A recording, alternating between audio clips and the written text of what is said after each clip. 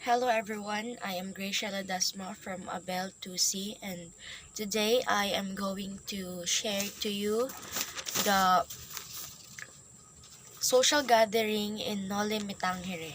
So this report or this topic delves into the dynamics of a social gathering, offering insights into the interactions and cultural observations made by made among a diverse group of individuals.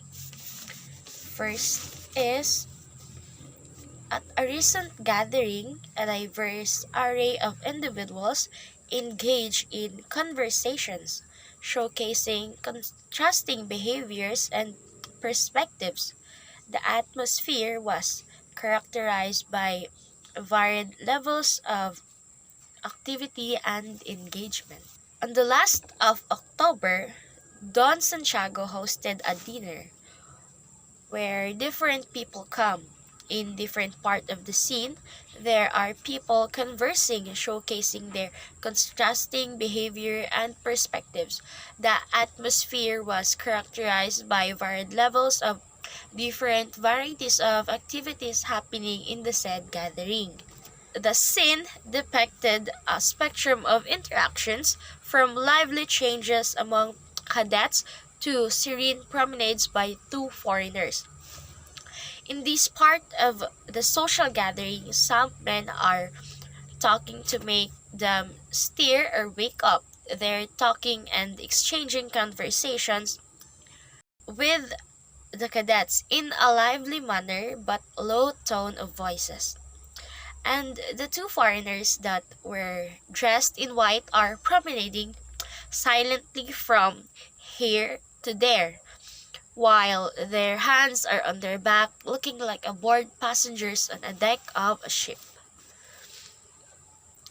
The focal point of interest emerged around a small table where two priests, two civilians, and a soldier engaged in animated discussions over wine and biscuits.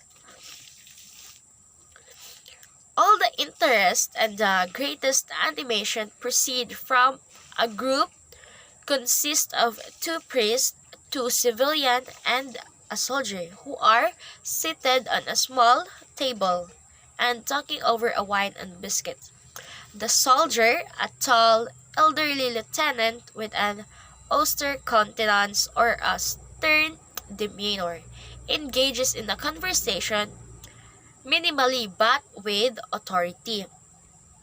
One of the priests, a youthful Dominican friar, a handsome, graceful, and polished like the gold-mounted eyeglasses he wears.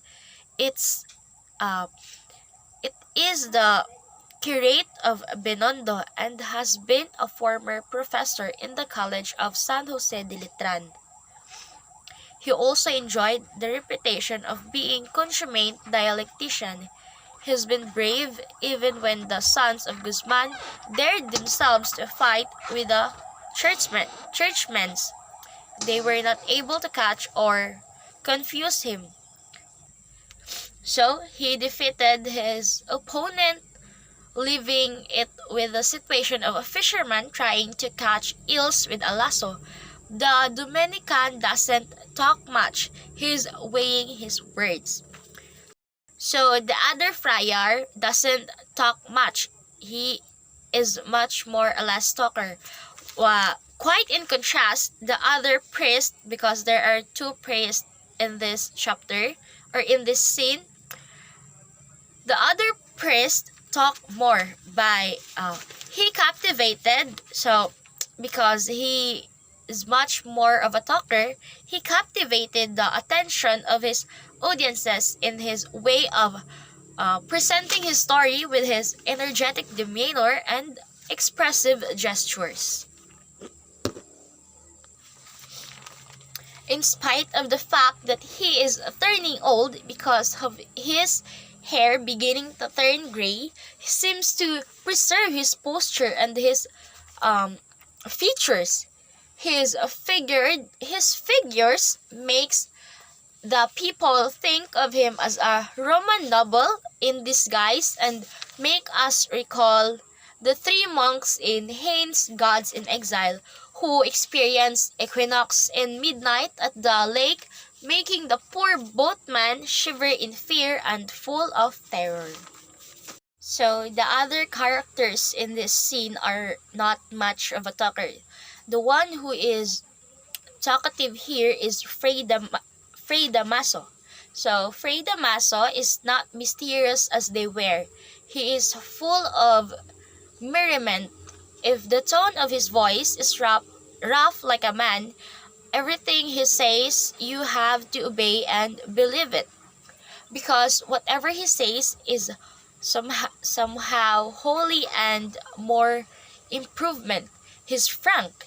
Other people laugh and erase that disagreeable expression in their face because of what Fray Damaso said, and continues to listen to whatever he says. So, one of the civilian is a very small man with a black beard. One of the civilian is a very small man with a black beard. He is called Senor Lahura. The only thing notable about him is his nose, which, to judge from its size, ought to not belong to him. He just inherited it from his ancestors. The discourse encompassed diverse topics, including governance, colonialism, and societal attitudes.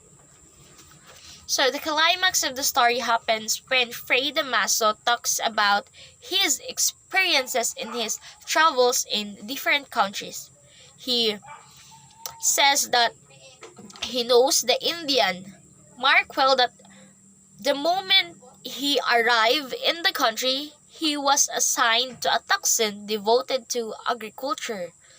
He did not understand Tagalog well, but soon confessed by women's. He brags about it. 3 years have passed and they like him so much. He was soon transferred to another and larger town due to the vacant position made by the death of the native curate or the assistant. He bragged about them giving him gifts and escorted him with music. One disrupt, but he don't listen. He won't allow anyone to disrupt him while talking. He talked more almost about everything. 20 years have passed and no one can deny that he is more sufficient to get acquainted in the town. San Diego has a population of 6,000 and he knows everyone in there like he is the one who gave birth to them. He knows every happenings in each of the person in that town. He was the confessor of every last one, and he never failed to do his duty. Here goes Santiago, the host of the said event, and he can witness if what Fray Damaso said was true, because he has a lot of land in that town, and that's the place where their friendship started. Or that's the place where they became friends with each other.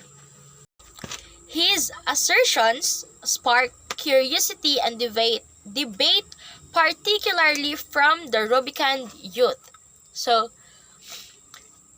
there he states how unmannerly and ungrateful the Indians are. When he left the town, he was escorted by a few women, and some are from the third class, or from the low class.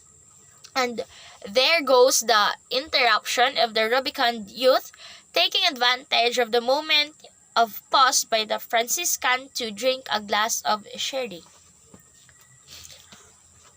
Fray Damaso was amazed because no one gets there to interrupt him. But I don't see what has to do with the abolition of the tobacco monopoly. That's what the Rubicon youth said. Okay. Don't you see, my son, that all this proves plainly that the reforms of the ministries are irrational? The lieutenant wrinkled his eyebrows and the small man nodded to Fray Damaso.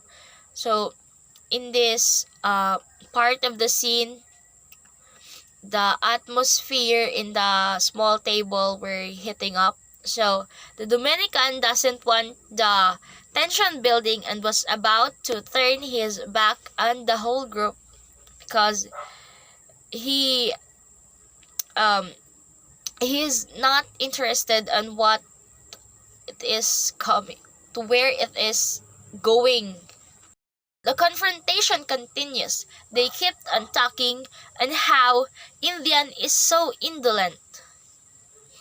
Pardon me for interrupting you. It's just that something about what you said awakened my interest. Does this indolence actually or naturally exist, or this was just all the traveler says? That with this indolence we excuse our own as well as backwardness and our colonial system. Because of what the Rubicon youth said, Fray Damaso got mad. Bah, jealousy, asked Senor Lahura, the small one, who also knows this country. Ask him if there is any equal to the ignorance and indolence in the Indian. And Senor Lahura said, there's no indolent and vicious one more than the Indians.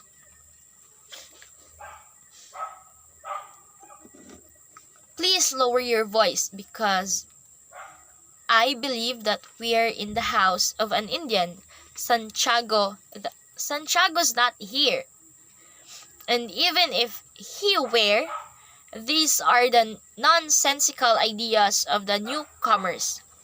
Let a few months pass and everything you believe will change. The Rubicon youth is a rare bird. So the event underscored the richness of social interactions and the nuances of cultural discourse within a colonial content, highlighting the intricate interplay of power dynamics.